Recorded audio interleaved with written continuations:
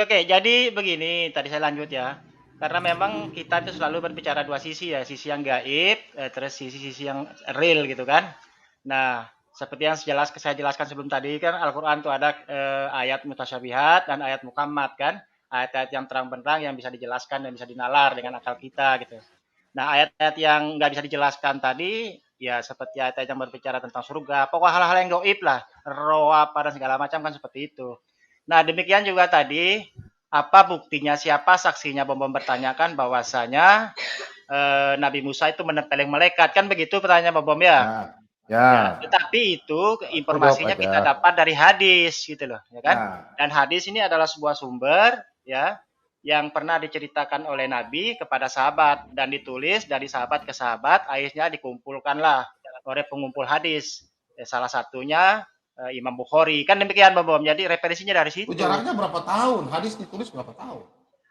Saya kira Eh 400 tahun kemudian, hadis bukan? itu ditulis ya di zaman generasi salafus soleh. Ya generasi terbaik gitu ya. Siapa itu Tahun generasi berapa itu? salafus soleh? Berapa tahun Generasi kemudian? pertama.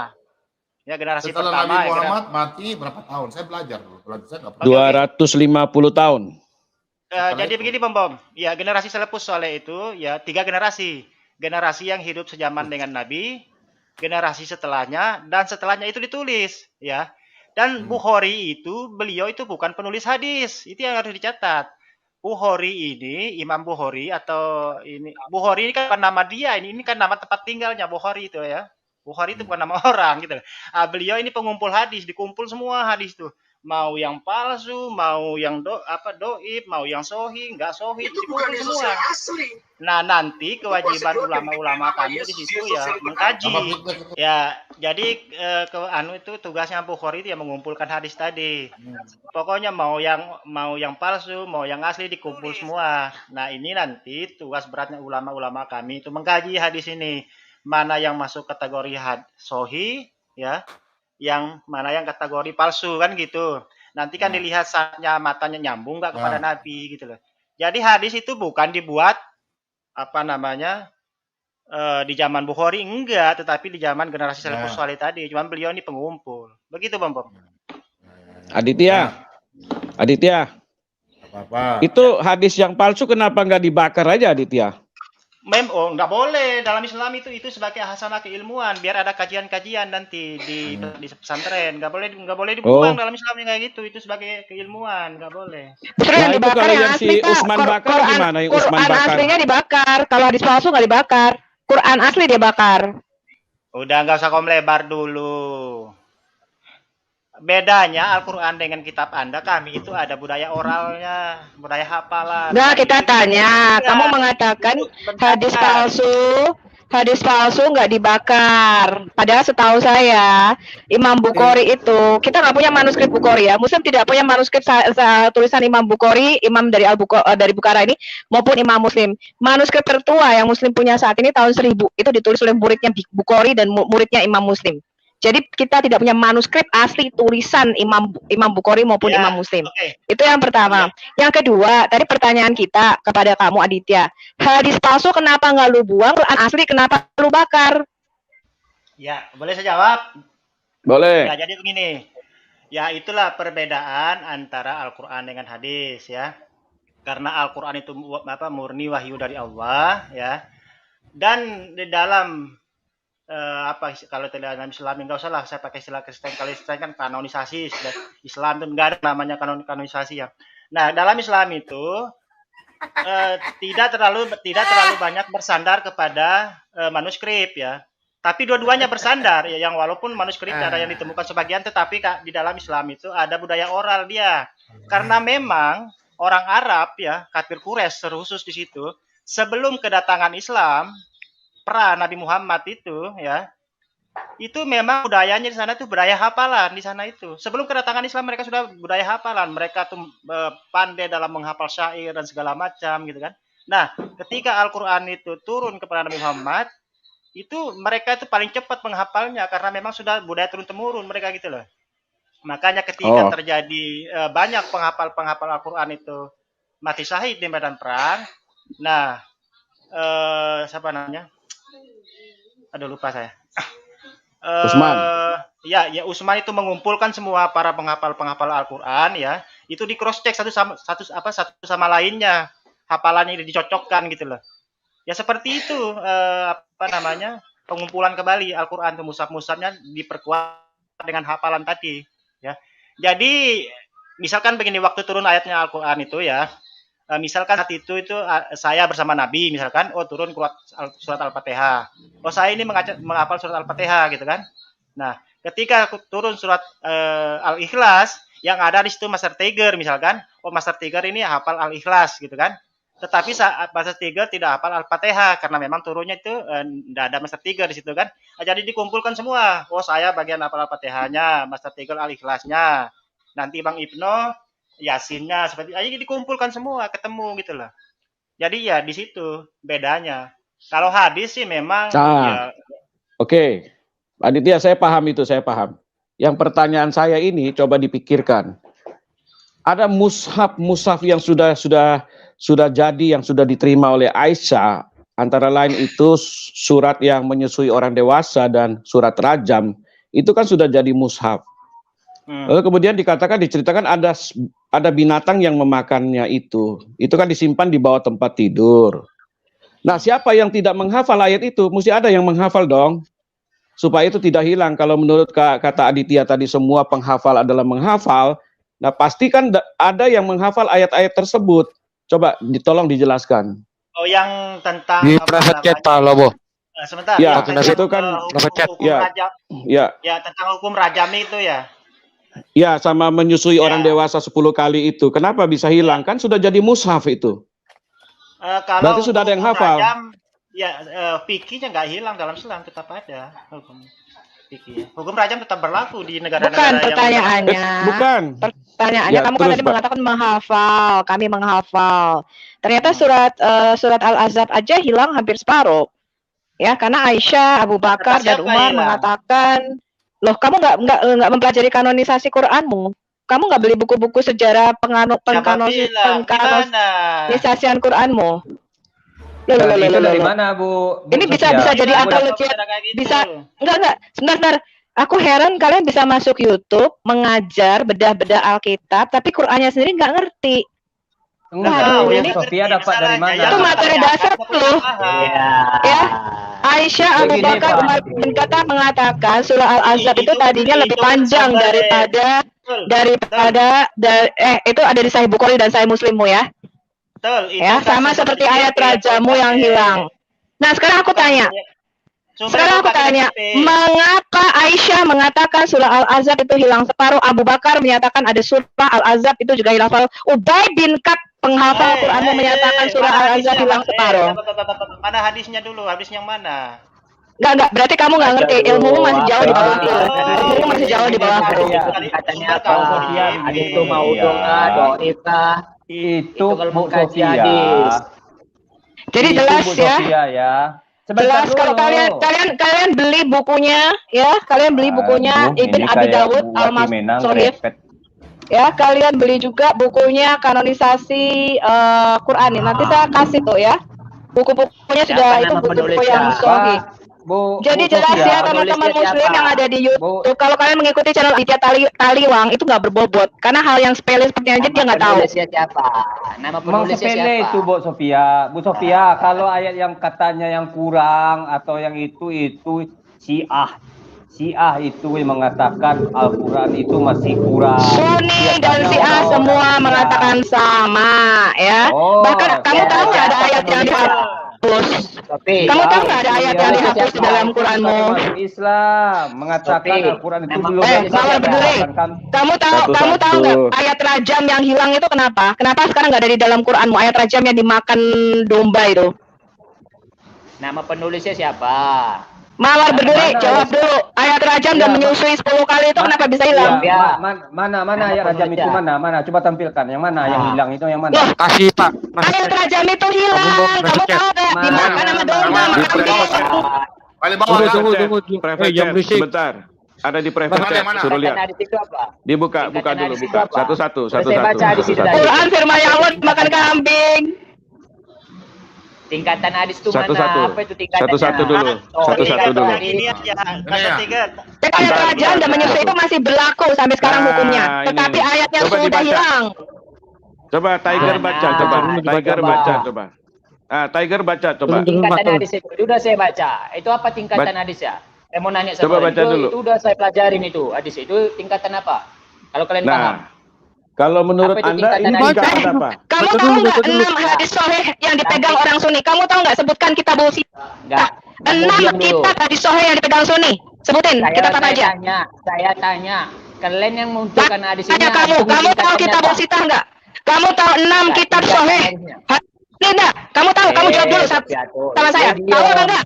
Gua nanya, lo yang membentangkan hadis, lo jawab itu tingkatan Tahu nggak hadisnya 6 apa? kitabul sittah? Kualitas, Kamu tahu asalnya. 6 kitab hadis Sunni? Udah. Tahu nggak? Gini.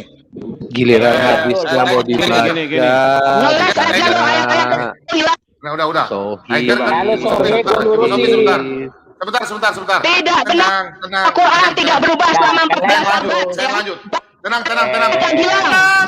Tenang. Tiger. Apa tingkatan Tenang, hadis tenang, itu? tenang. Tiger. Sudah Tunggu, terbukti tenang. 70% ayat Quran hilang. Tingkatan Nah, hadis itu apa? sebentar, satu-satu. Tingkatan hadis Satu-satu. itu Tiger, apa? Bentar. Tiger, tolong tenang sebentar dulu. Tolong Tiger, tenang. kalau- Biar hargai Pak Bom dulu sebentar. Bingung. Dengar dulu. Hargai saya Pak di sini Bom dulu, moderator. Dia Saya nggak Sunan beda Ibnu sama Majah siapa. aja nggak tahu dia.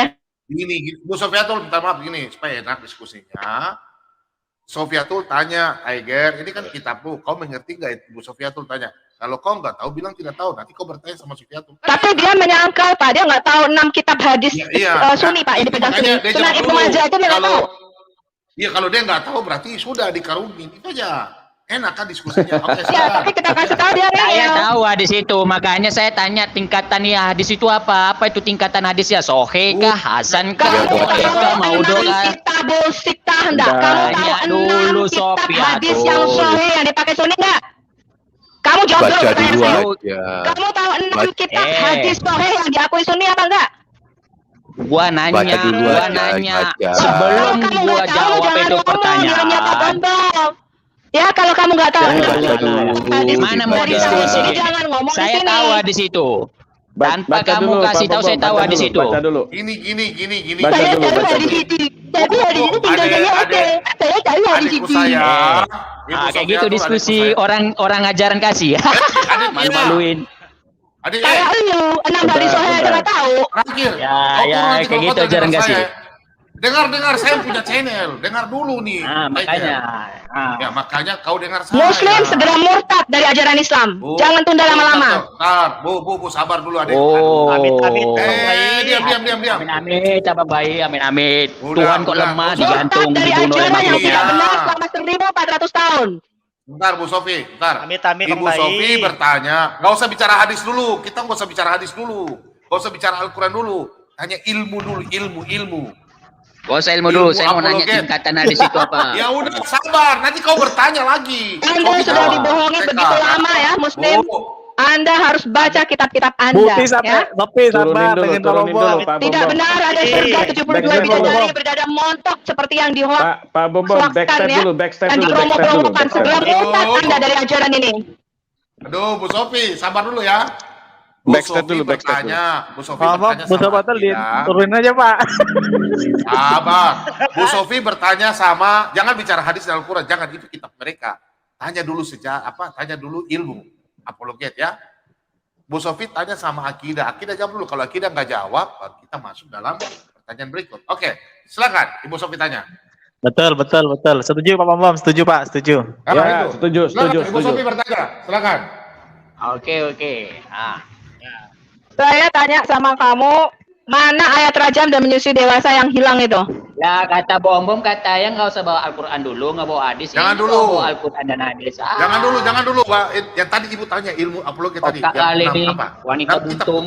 Ibu tanya itu dulu, silakan. Tanya sama Ya, Quran sudah kelihatan lubang-lubangnya. Anda harus tahu berapa banyak ayat yang hilang. Gak usah Ya, bawa-bawa saya sudah buat Quran dulu, videonya. Anda harus bawa-bawa belajar ilmu. dari Al-Hayat Indonesia, dari Gracia Pelo. Kita sudah membuka ayat-ayat yang dihapuskan, disisip Kan udah bilang dari dalam Quran. Dari tadi orang Udah, santai Bu. Tiger mau duri sabar ya. Klaim Muslim, Tiger. Quran terjaga tidak berubah selama 1400 tahun, itu sudah terpatahkan. Bu Sofi harus punya pertanyaan yang tadi satu dulu itu, nanti baru ini. Pertanyaan yang tadi 6 apa tadi? Sejarah apa 6 apa itu? Tadi Bu bertanya apa? Yang Tiger 6 kitab hadis yang dipegang Sunni. Namanya kitab tanyakan sama dia. Tahu ya cuma 6, orang 9 ini 6. Dua ini yang saya tanggapi. Oke lah, yang pertama nih Abdul dulu lah ya.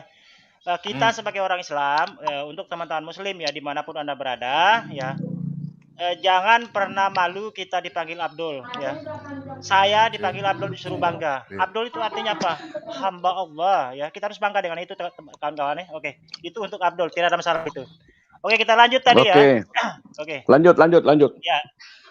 Kan kita diciptakan oleh Tuhan itu kan untuk ditempatkan di bumi ini gitu kan. Nah, artinya ketika manusia ditempatkan di bumi berarti manusia itu untuk menjaga kelestarian bumi ini agar tidak rusak gitu kan, agar manusia itu bisa menjaga bumi.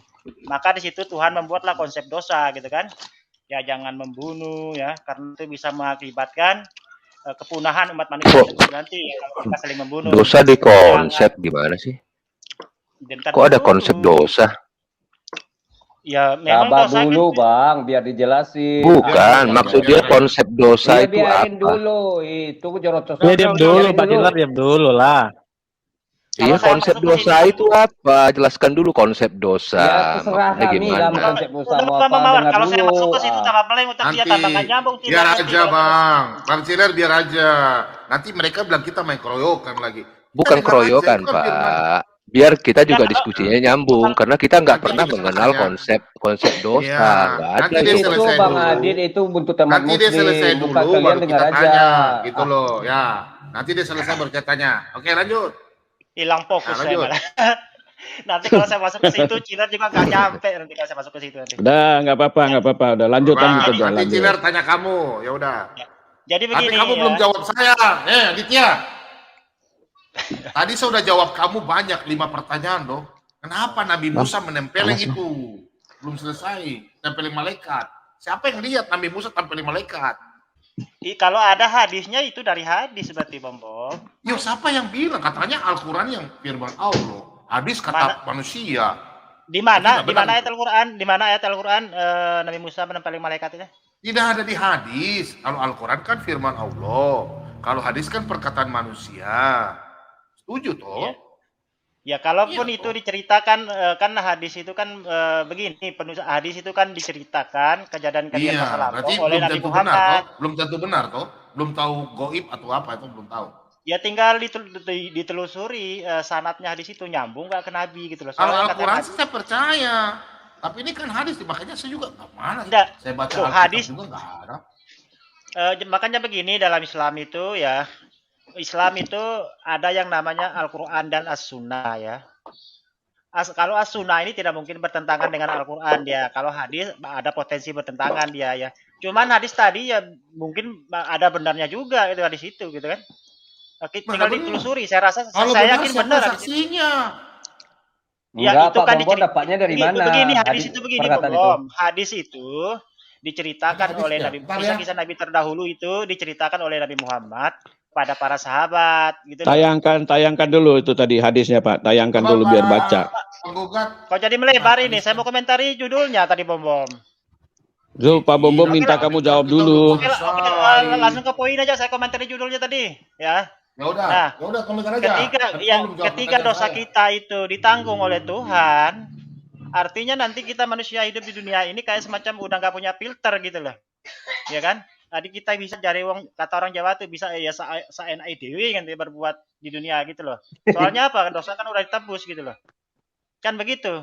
Alangkah lebih mempesonanya kalau dosa itu dibebankan kepada manusia itu masing-masing, dipikulkan kepada manusia masing-masing, supaya manusia itu punya batasan-batasan, ya tidak melanggar norma-norma. Nanti apabila melanggar, nanti akan dapat rewardnya di akhirat kelak. Nah, itu lebih mempesona, gitu loh. Ya, sebentar. Saya tanggapin ini dulu Pak Bom ya.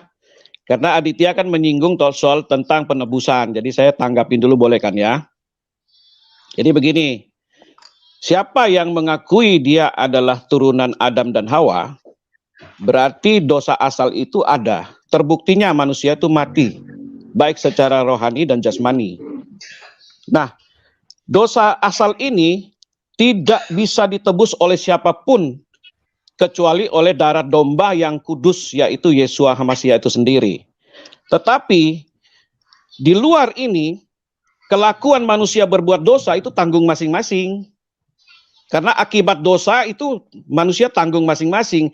Yang Yesus datang menyelamatkan ini adalah dosa asal manusia itu. Ya, dosa asal manusia itu yang upah dosa adalah maut itu yang ditanggung Yesus. Artinya Tuhan Yesus itu ingin membuat hubungan yang baik lagi kembali antara manusia dengan Bapa, dengan Allah Bapa di sorga itu, yang adalah roh. Manusia akan hidup seperti Adam dan Hawa pertama kali lagi itu. Hubungannya intim baik. Itu yang Tuhan Yesus ingin datang ke dunia memperbaiki hubungan itu. Ya, tetapi di luar ini kalau manusia melakukan dosa itu tanggung sendiri. Contohnya ini, ya, manusia melakukan penipuan, ya tanggung sendiri, urusan dengan polisi, masa Tuhan yang tanggung? Tidak. Manusia menabrak orang sampai mati, tanggung masuk penjara. Begitu loh. Jadi jangan salah pengertian bahwa itu juga ditanggung Tuhan, bukan. Jadi hari penghakiman fungsinya buat apa, Bang Vindes? Nah, boleh saya tanggapi, Pak? sebentar. Ini sudah melebar ya. Sudah melebar ya. Sebentar, Pak Mawar tanya saya soal hari penghakiman. Iya. Begitu ya. Nah, saya jelasin dulu nih Pak, biar jangan salah persepsi. Jadi kita, orang yang sudah menerima darah Yesus Kristus sebagai darah pengorbanan di atas kayu salib, dia menerima dan dia meyakini, dia langsung masuk surga. Yang hari penghakiman itu, orang yang tidak menerima darah Yesus, artinya dia tidak punya tanda, dia dihakimi. Begitu loh. Ya, jelas ya? Bagaimana tadi pertanyaan Pak sang penggugat? Halo. Takdir, dosa itu takdir dari Allah. Iya, begini sebenarnya Pak. Hidup ini kan pilihan. Nah, pilihan kan, kalau kita masuk berbuat dosa, itu kan udah ada hukumannya. Kalau kita berbuat pahala, itu ada imbalannya. Ya begitulah takdir, kita mau pilih mana. Kalau kita mau masuk jurang, ya masuklah jurang. Itu takdir kita. Sama seperti gini Pak. Sekarang ada makanan di depan kita ya kan. Makan ayam goreng kan. Itu takdirnya kan rezeki kita. Tapi kalau nggak kita ambil kita makan, ya sama aja bohong. Begitu Pak, kira-kira pemahaman menurut saya Pak. Apa nih, sang penggugat. Begitu ya? Sang penggugat, ya.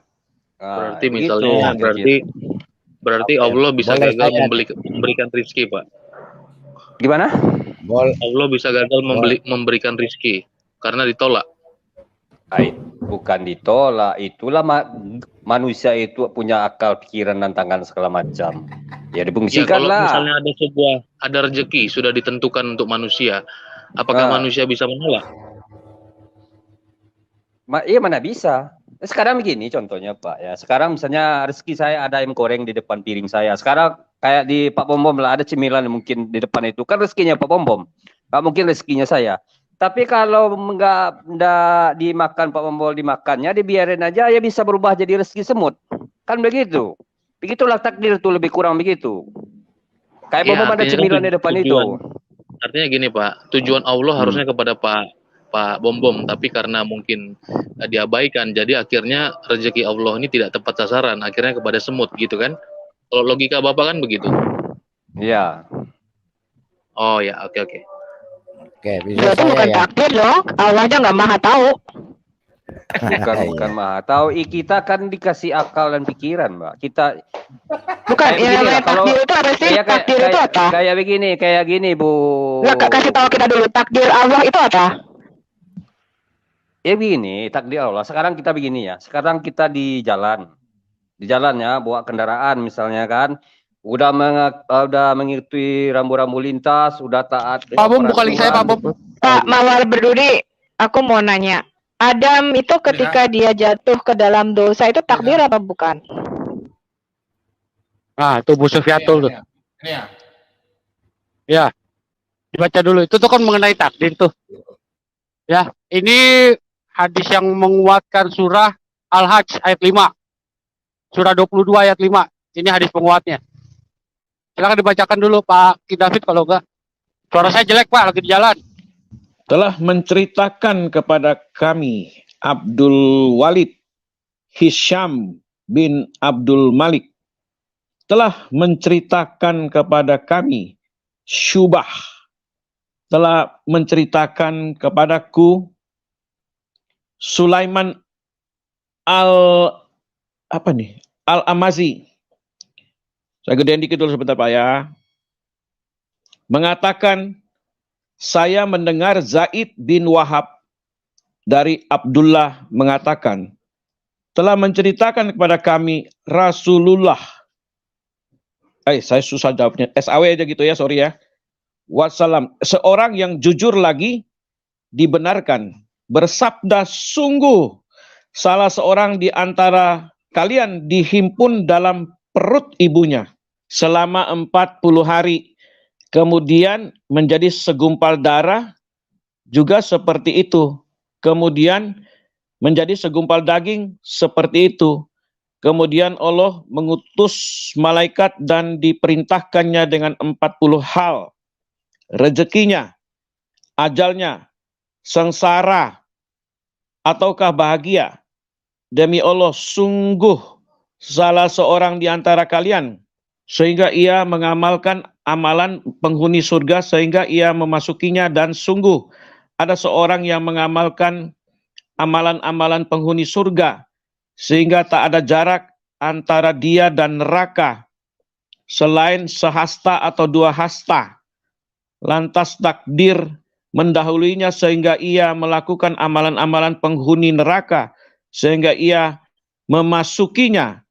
Sedang Adam mengatakan dengan redaksi kecuali tinggal sehasta. Iya, ini yang Sahih Bukhari apa yang Udah tadi ini saya baca. coba Enggak. lagi? Bukhari ya. Ya, itu penguat surah 22 ayat 5, Bu. Hadis Ya, surah Al-Hajj ayat 5. Ada satu lagi hadis ya. Bahwa masuk surga dan neraka itu bukan karena amal, tapi udah takdir, udah ditentuin dari rahim. Bahkan dikatakan di dalam hadis lain sudah ditentukan keturunan Adam itu ketika diusap punggungnya Adam atau tulang sulbinya Adam, itu Allah sudah menentukan yang kanan masuk surga, yang kiri masuk neraka. Jadi dia sudah menciptakan penghuni-penghuni neraka dan penghuni-penghuni surga itu sudah dia tentukan. Dan tadi dari hadis ini dikatakan, sekalipun kamu melakukan amal-amal perbuatan orang-orang penghuni surga, berbuat baik seumur hidup, udah kurang sejengkal nih mau masuk surga, artinya seumur hidup kamu melakukan amal baik, ya. Tapi karena takdir Allah menentukan kamu jadi penghuni neraka, masuklah ke neraka. Begitu juga dengan sebaliknya. Ya, bahkan di dalam salah satu hadis dikatakan bahwa dosa Adam itu sudah ditulis oleh Allah 40 tahun sebelum Adam diciptakan. Apakah ini merupakan doktrin yang sama? Doktrin pandangan Judeo-Christianity menurut Pak Lidara? Ya, jadi itu yang diceritakan seperti itu. Jadi ya kita tahu sendiri bahwa kitab ini kan kopas sana sini. Silakan lanjut Bu Sofi. Saya cuma mau tanya. Udah Bu Sofi, silakan lanjut, Bu. Coba ditanyain, apakah surga neraka itu takdir? Kalau dari beberapa orang yang cerdas, mereka mengatakan ya sudah ditentuin. Jadi amal ibadah nggak berguna. Kalau memang udah ditentuin masuk neraka, masuk aja lu ke neraka. Gitu nggak ada, nggak akan perlu amal ibadah karena sudah ditakdirkan. Takdir itu yang sudah ditentukan oleh Tuhannya. Ya, itulah gunanya pena ya. Pena diciptakan untuk menulis takdir-takdir kalian masuk neraka apapun surga.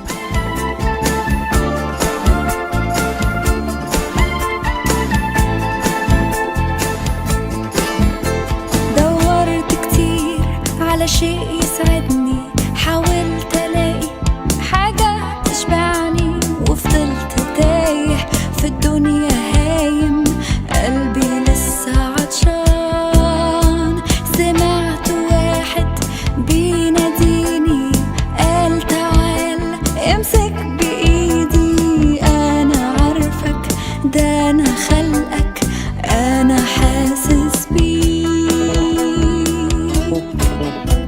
وجيت عشانك يا حبيب مت بدالك على الصليب وهبتك حياة واديتك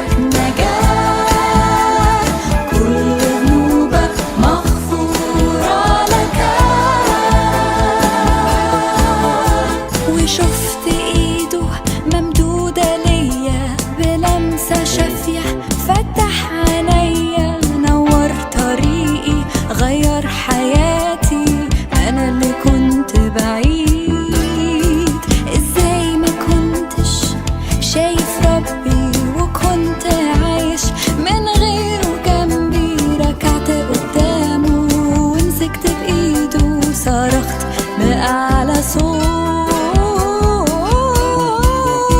حياتي تبقى ليك اليوم تشهد عن يسوع وتقول هو ده الطريق وهو المليك هو ده إلهي الأبدي